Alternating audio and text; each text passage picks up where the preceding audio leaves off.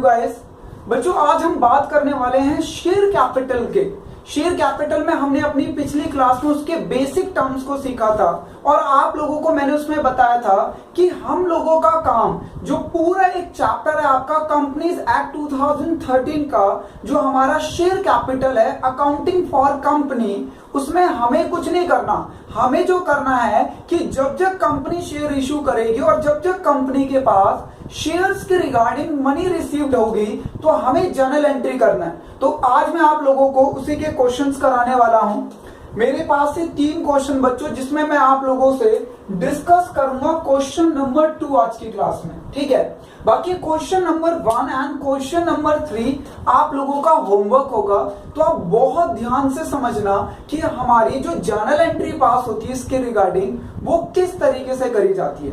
हालांकि बच्चों ये बिल्कुल सिंपल क्वेश्चन है, इस तरीके का क्वेश्चन एग्जाम में नहीं आता, बट हाँ हम लोगों को धीरे धीरे आगे बढ़ना है। तो ये फर्स्ट स्टेप्स है आप लोगों का कि आपको समझ आ जाए कि अपने फर्स्ट स्टेप में आप लोगों को क्या क्या करना है, क्योंकि बच्चों जैसे फर्स्ट स्टेप रखेंगे तभी तो आगे बढ़ पाएंगे। तो मैं आज आप लोगों से बिल्कुल बेसिक शेयर कैपिटल का बिल्कुल बेसिक जर्नल एंट्री आप लोगों से आज डिस्कस करने वाला हूं, जो कि मैं अपने क्वेश्चन नंबर 2 में आप लोगों से डिस्कस करूंगा। इसके लिए मैं आप लोगों को 2-3 चीजें और बताऊंगा, बट हाँ सबसे पहले आप लोग इस क्वेश्चन को रीड कर लीजिए। हाँ जी, तो मैं बच्चों आप लोगों को सेकंड वाला क्वेश्चन कराने वाला हूं। थर्ड एंड फर्स्ट आप लोगों का होमवर्क का होगा। तीनों क्वेश्चन सेम पैटर्न पे है, सिर्फ बच्चों वैल्यू चेंज है, ठीक है ना। तो चलिए सेकंड क्वेश्चन की बात करते हैं। क्या रहा है, Nikita limited issued 500 share of ₹100 each. बच्चों निकिता लिमिटेड ने 500 शेयर्स को इश्यू किया है पब्लिक में। कितने रुपए का शेयर है, एक है 100 रुपीज का। क्या है, अमाउंट पेबल एज फॉलोज। बच्चों यहाँ पे इंस्टॉलमेंट मेथड लग रहा है। हमारा 100 रुपीज का शेयर है, बट पब्लिक ने जो भी हमारा शेयर होल्डर है उसने सारे पैसे एक साथ नहीं दिए हैं। कंपनी ने जो शेयर इशू किए हैं वो इंस्टॉलमेंट मेथड के थ्रू इशू किए हैं, ठीक है ना। बच्चों हमारे शेयर इशू करने के 2 मेथड होते हैं। एक होता है लमसम मेथड, जिसमें हम सारा का सारा पैसा एक ही बार में रिसीव कर लेते हैं, और एक होता है इंस्टॉलमेंट मेथड, जिसमें हम थोड़ा थोड़ा करके अपने शेयर की टोटल वैल्यू जो कि हमारे क्वेश्चन में 100 रुपीज है उसको रिसीव्ड करेंगे, ठीक है ना। तो क्या रहा है, अमाउंट पेबल एज फॉलोज। जो कंपनी ने डिमांड करी है, जो कंपनी ने पब्लिक से डिमांड करी है पैसों 100 रुपीज की, वो किस तरीके से कह रहा है बच्चों, 10 रुपीज ऑन एप्लीकेशन। 10 रुपीज हम लोगों ने डिमांड किया एप्लीकेशन पे कि जो जो हमारी कंपनी के शेयर्स लेना चाहता है प्लीज एप्लीकेशन भर के भेजिए और 10 रुपीज एप्लीकेशन के साथ भी भेजिए। तभी तो हमें पता चलेगा ना कि कौन कौन रियली में इंटरेस्टेड हैं हमारी कंपनी में शेयर्स लेने के लिए। नहीं तो बच्चों एप्लीकेशन तो बहुत सारे लोग भेज देंगे, बट हमने साथ में कंडीशन रखी है कि एप्लीकेशन के साथ कितने रुपए, 10 रुपीज, तो जिससे हमें पता चलेगा कि हमारी कंपनी में इन रियलिटी कौन कौन लोग इंटरेस्टेड हैं शेयर्स परचेज करने में, शेयर्स को बाय करने में, ठीक है ना। चलिए उसके बाद है बच्चों हमने अलॉटमेंट पे डिमांड रखा है अपना 20 रुपीज का।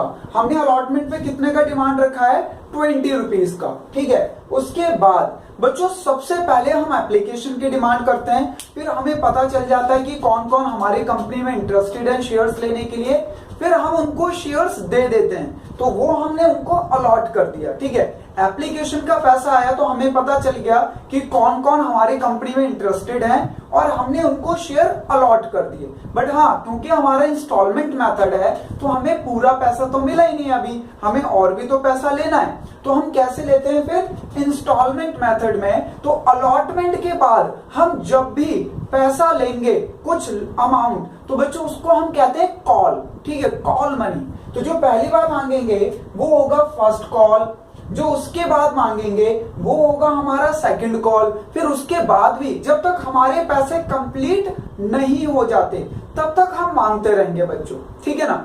और जहां पे हमारे पैसे कंप्लीट हो रहे हैं उसे हम कहेंगे लास्ट कॉल, ठीक है, जो वो कोई भी नंबर क्यों, चाहे वो सेकंड नंबर पे हमारे पूरे पैसे आ जाए तो हम सेकंड के साथ वर्ड यूज करेंगे फाइनल। जैसे कि आप इन क्वेश्चन में देख रहे हो सेकंड एंड फाइनल कॉल, तो जो लास्ट कॉल होगी उसके साथ हमारा वर्ड यूज होगा फाइनल, जिससे हमें पता चल जाए कि भाई कंपनी के पूरे पैसे आ चुके हैं, अब इन लोगों से पैसे नहीं मांगने, कॉल नहीं करनी है पैसे के लिए, ठीक है ना। अच्छा, तो इसमें क्या लिखा हुआ है देखो, 50 rupees on first call and balance amount second and final call. हमने बैलेंस अमाउंट किस पे डिमांड करी है, सेकंड एंड फाइनल कॉल पे बैलेंस अमाउंट, ठीक है। अब देखो क्या कह रहा है, फुल स्टॉप है, कह रहा all money were called up. बच्चों इस लैंग्वेज का मतलब क्या होता है, ध्यान से समझ लो, ये बहुत ही इंपॉर्टेंट लैंग्वेज है। इस लैंग्वेज का मतलब क्या है, all money were called up. इसका मतलब होता है कि कंपनी ने सारे के सारे पैसे इंस्टॉलमेंट मेथड के थ्रू मांग लिए, ठीक है ना। कंपनी ने सबसे पहले क्या मांगा, एप्लीकेशन, फिर कंपनी ने क्या मांगा, अलॉटमेंट, फिर कंपनी ने क्या मांगा, फर्स्ट कॉल, फिर कंपनी ने क्या मांगा, सेकंड कॉल। तो सेकंड कॉल पे ही पैसे कंपनी के पूरे हो गए थे, ठीक है। तो इस लैंग्वेज का मतलब होता है कि कंपनी ने सारे के सारे पैसे डिमांड कर दिए हैं, कॉल्ड कर दिया है, ठीक है। क्योंकि बच्चों सबसे पहली बार तो कंपनी आपको एप्लीकेशन के लिए बोलेगी और फिर अलॉटमेंट के लिए भी बोलेगी, उसके बाद आप तो अलॉटेड बन गए, आपको तो शेयर्स मिल गए, तो हो सकता है ना आप पैसे ना दो, तो इसलिए कंपनी आपसे कॉल करती है कि भैया आप टाइम आ गया है कि आप अपना बाकी बचा हुआ पैसा भी थोड़ा थोड़ा करके देते रहे, तो हम उसे कॉल्स मनी में डिवाइड कर देते हैं। तो बच्चों all money were called up, इसका मतलब है कि कंपनी ने आपसे डिमांड कर दिया है कि भैया पैसा दे दो, आपका टाइम हो गया है। बच्चों इनमें वैसे तो हमारे क्वेश्चन में ये सब आप लोगों को एकदम साफ दिख रहा है, but in reality, in practical life इसमें 3 से 4 महीने का डिफरेंस होता है, कभी कभी 6 मंथ का भी डिफरेंस होता है। जैसे एप्लीकेशन मांगी गई और एप्लीकेशन के 3 महीने बाद अलॉटमेंट मांगी जाती है, फिर 3-4 महीने बाद फर्स्ट कॉल मांगी जाती है, फिर 4-5 महीने बाद अगली कॉल मांगी जाती है। तो इनके बीच में ना in reality, in practical life difference होता है, ठीक है ना। बट आपके क्वेश्चन में ये सब एक ही साथ होगा, तो आपको उस सीक्वेंस में जनरल एंट्री करते जानी है। तो लिखा है all money were called up, यानी पब्लिक कंपनी ने पब्लिक से डिमांड कर दी and duly receive. That means बच्चों कि जब जब कंपनी ने पब्लिक से पैसा मांगा, पब्लिक ने विद इन टाइम मनी पे कर दिया, विद इन टाइम मनी पे किया, किसी ने भी डिले नहीं किया। यह लैंग्वेज बड़ी इंपॉर्टेंट है, ये लैंग्वेज आप लोग बिल्कुल ध्यान से देख लीजिए। क्या लैंग्वेज लिखी है कि एंड ड्यूली रिसीव्ड। बच्चों इस लैंग्वेज का मतलब है कि जब भी कंपनी ने पब्लिक से पैसा मांगा कि भैया आपका अलॉटमेंट का टाइम हो गया, पैसे दे दो, पब्लिक ने दे दिया। कंपनी ने मांगा कि फर्स्ट कॉल का टाइम हो गया है, फर्स्ट कॉल का पैसा दे दो, पब्लिक ने पे कर दिया, ठीक है ना। All money were called up, company ने पैसा मांगा एंड ड्यूली रिसीव्ड, आपके पास पैसा विद इन टाइम, किसके पास, कंपनी के पास, पब्लिक से कंपनी के पास with in time money received हो गया है। तो इस लैंग्वेज को कहा जाता है बच्चों ड्यूली रिसीव्ड, ठीक है ना। उसके बाद लिखा है पास necessary journal entry in the books of company. तो बच्चों अब ये क्वेश्चन आप लोग बिल्कुल ध्यान से देख लेना, क्योंकि मेरे पास ये क्वेश्चन है स्टेटमेंट में। कैसा है बच्चों ये क्वेश्चन मेरे पास स्टेटमेंट में, तो मैं इसको करने वाला हूं पहले तो न्यूमेरिकल फॉर्म में। लीजिए मैं रब कर दे रहा हूं, तो मैं सेकंड वाला क्वेश्चन कराऊंगा और आप लोगों को फर्स्ट एंड थर्ड होमवर्क में दूंगा, ये लो। अच्छा सर ये इतने बड़े बड़े क्वेश्चन आएंगे क्या एग्जाम में? अरे ये बड़े क्वेश्चन नहीं, ये तो सबसे छोटा क्वेश्चन है, इससे भी बड़े बड़े क्वेश्चन आएंगे। आप लोगों को यही तो चीज सीखनी है और आप लोगों को करना क्या है, जर्नल एंट्री पास करनी है। ये लो। तो सर हम इसकी जर्नल एंट्री कैसे कर पाएंगे, हम तो क्वेश्चन ही पढ़ते रह जाएंगे? नहीं बच्चों, आप लोगों को ना बिल्कुल ध्यान से, जैसे मैंने बिल्कुल ध्यान से क्वेश्चन पढ़ा ना, वैसे आप लोगों को भी क्वेश्चन पढ़ना है और रफ पेज पर, ठीक है ना। ये मेरा रफ पेज आ गया, रफ पेज, ठीक है ना, रफ वर्क, ये मेरा रफ वर्क आ गया।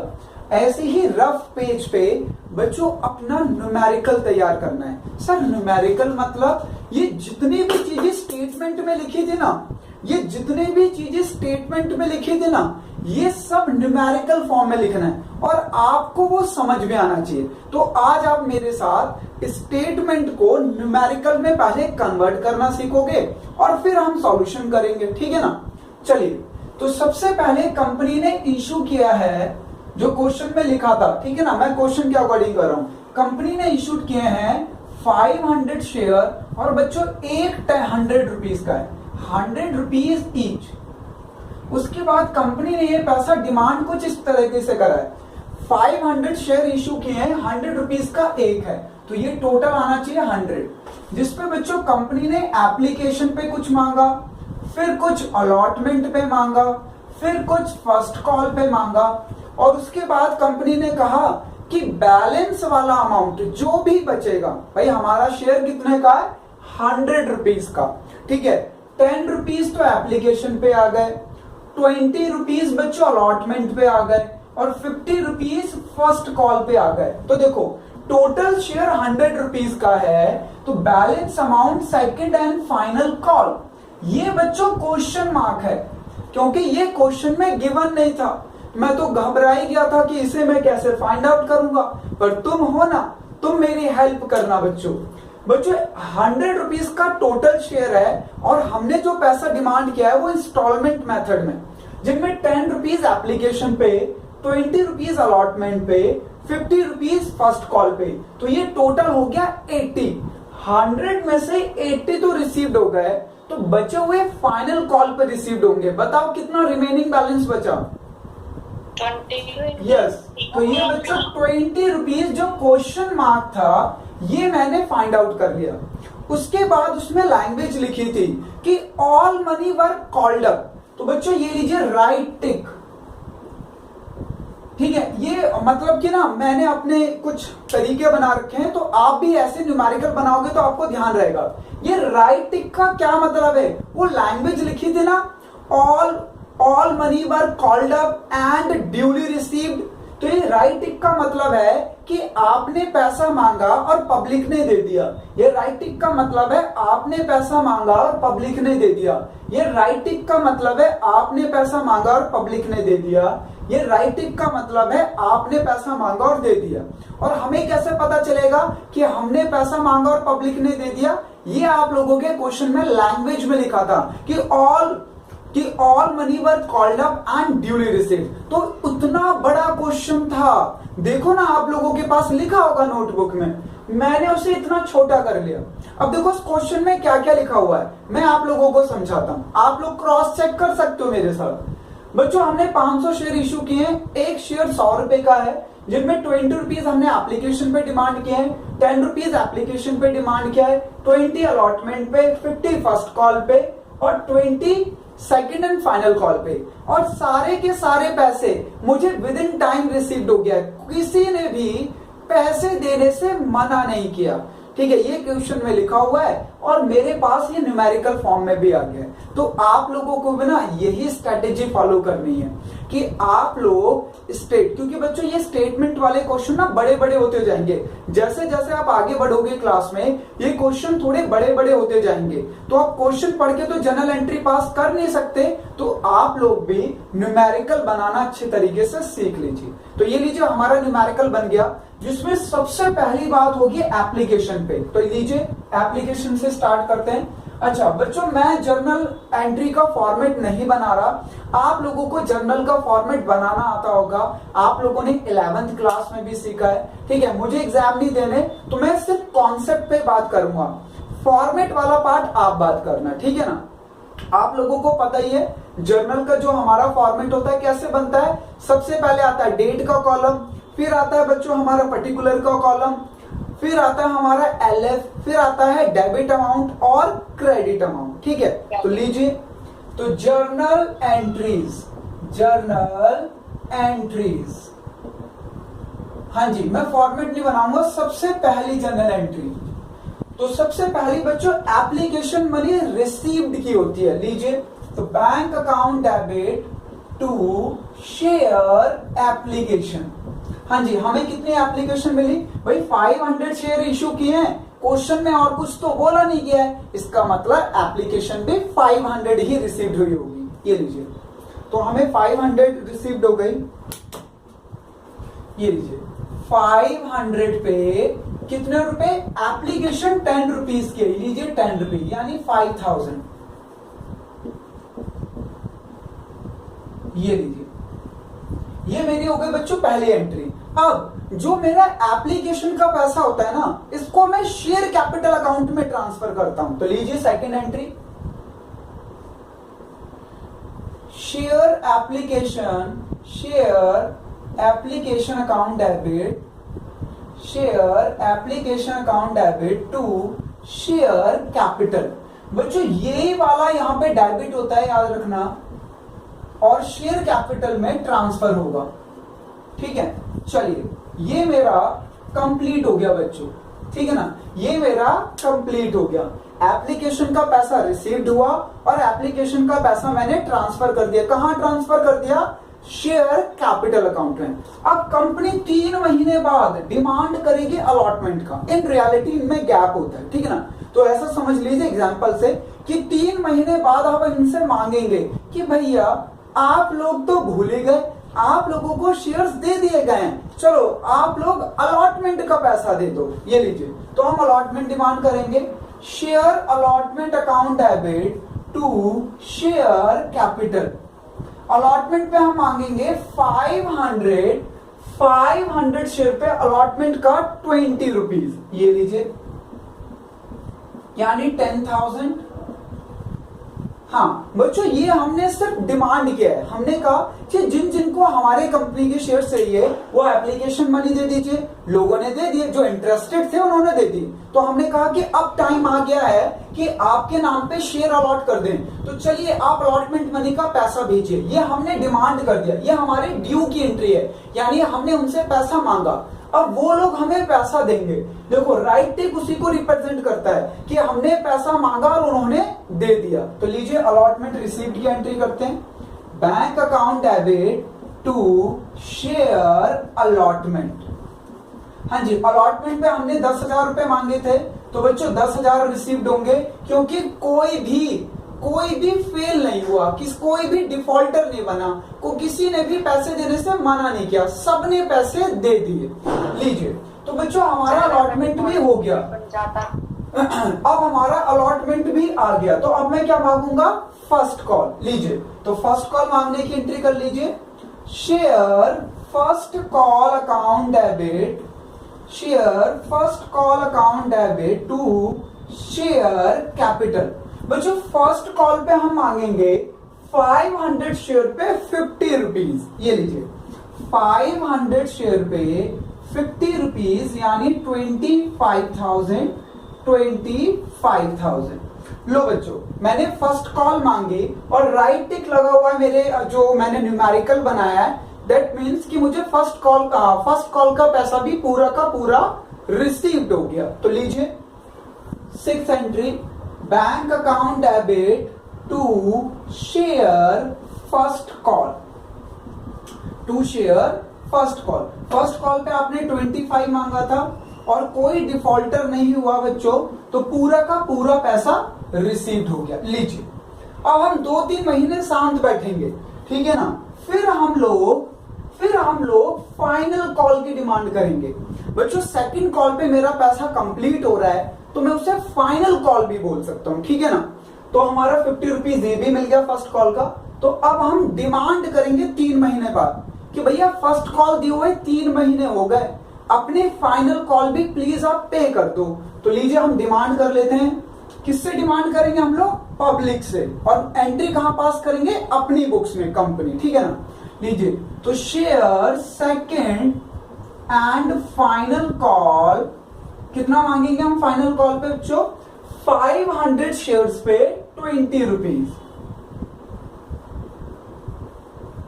ये लीजिए 10,000, तो टू शेयर कैपिटल।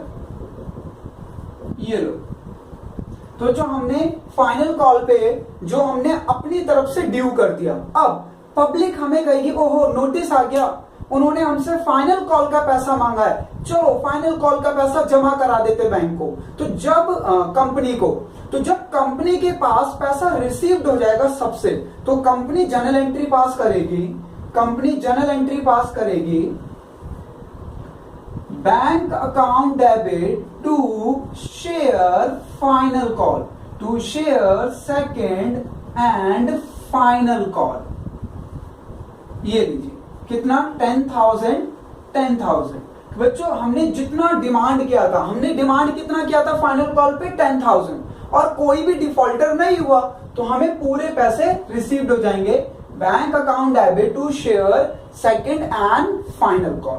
तो ये लो बच्चों, ये सॉल्यूशन था उस क्वेश्चन का। बट हाँ, मैंने इस न्यूमेरिकल को देख के सॉल्व किया है। मेरे पास क्वेश्चन नहीं था, मेरे पास जो स्टेटमेंट वाला क्वेश्चन था, मैंने सबसे पहले उससे न्यूमेरिकल बनाया और फिर एक एक करके अपने क्वेश्चन की जर्नल एंट्री पास कर दी। तो लीजिए मेरा क्वेश्चन हो गया है कंप्लीट। सबसे पहले आप इसे नोट डाउन